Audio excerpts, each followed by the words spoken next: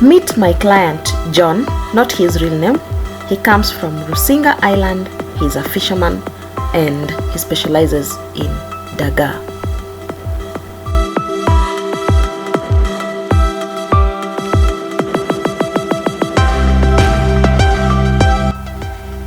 Today is John's first day of training in crochet, and he has already hinted to me that he loves Rasta colors.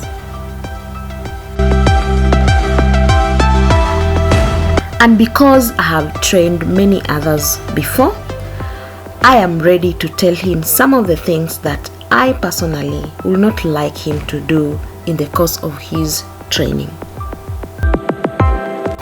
Top on the list is winding yarn around a finger, and secondly, fumbling with the hook.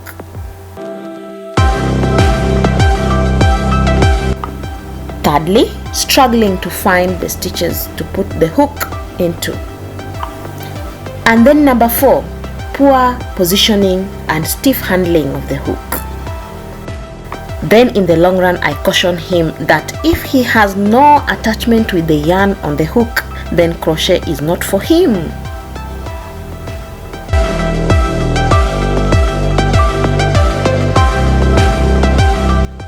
I am discouraging winding yarn around your forefinger because this stiffens the yarn. The tension is very high. Therefore, as you work on your project, the yarn will be so stiff that you'll require so much effort to yarn over and pull through. So I encourage you to just keep one strand of the yarn like that. Hold the rest of the yarn with the pinky and the index finger like that. The middle finger and the thumb will hold your project like that. While at it, these two last fingers, the pinky and the index finger, should not enclose the yarn fully. It should be partial enclosure, such that whenever you are yarning over and pulling through, the yarn moves easily across the palm. This is like a pulley system where if the axle is not well oiled, you're going to experience a lot of friction, and therefore working is going to be difficult. Same case here. If there's a lot of stiffness and tension on the yarn around the finger, then your work is going to be very, very difficult. Get used to the hook.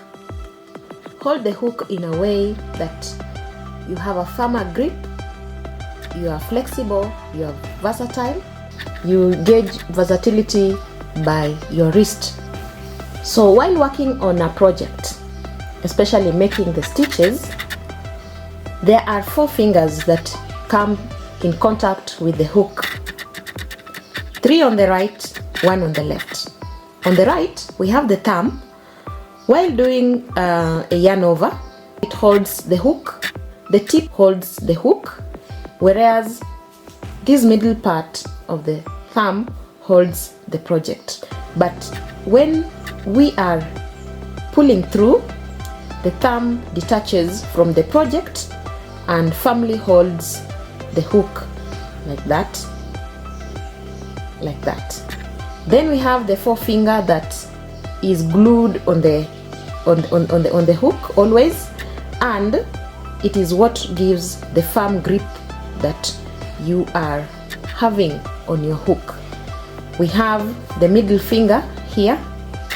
This middle finger is important because it reduces the effort distance. You work effortlessly if your hook is shorter like this. So if you place your middle finger right here, you will be able to feel this yarn here on the hook each time. On the left hand side, the finger that helps in holding the hook is the middle finger as well, because when we yarn over, while we are locating the stitch so that the hook can go underneath, the hook touches this part of the finger so that you are sure that your hook has actually gone all the way beneath the stitch that you are working on, then as you pull through, this finger is very, very important. It puts a stopper on the hook to indicate that already what you went fishing for has already been caught. So in that connection, I will help you get to locate your stitches better. And from the previous illustrations, you can tell that nothing can do that better than the left middle finger. You should put the project, in fact, the stitch you want to go into, against the middle finger on the left, so that it will be easy to go in. Then beneath, grab the yarn and pull through. Very easy. If you do it on air like that, if you leave the stitch hanging like that, then you want to go in, it will be problematic going under, because locating it first of all will be a problem.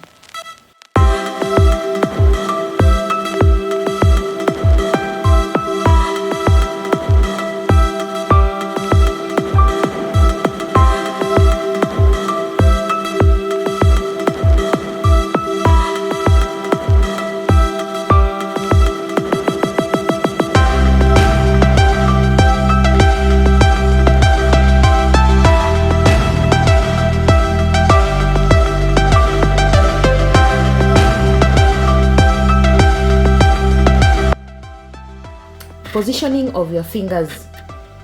Don't allow your fingers to be static. If you are going to yarn over like this, and then you are locating the stitch like this with the help of the middle finger, left middle finger of course, like that, then look at the movement of these fingers. Look at the movement of the fingers holding the yarn. So it should be something simultaneous.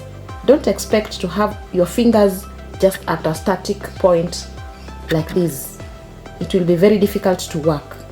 You need to be versatile, you need to be flexible. And that's why sometimes when you have worked on a piece for a very long time, your fingers die, in quotes. You can't feel your fingers anymore because you're not flexing them as it should be. You're working too tight stitches, you will not feel them.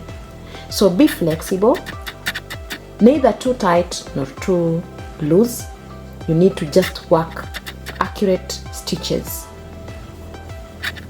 Consistency, very important. No tension.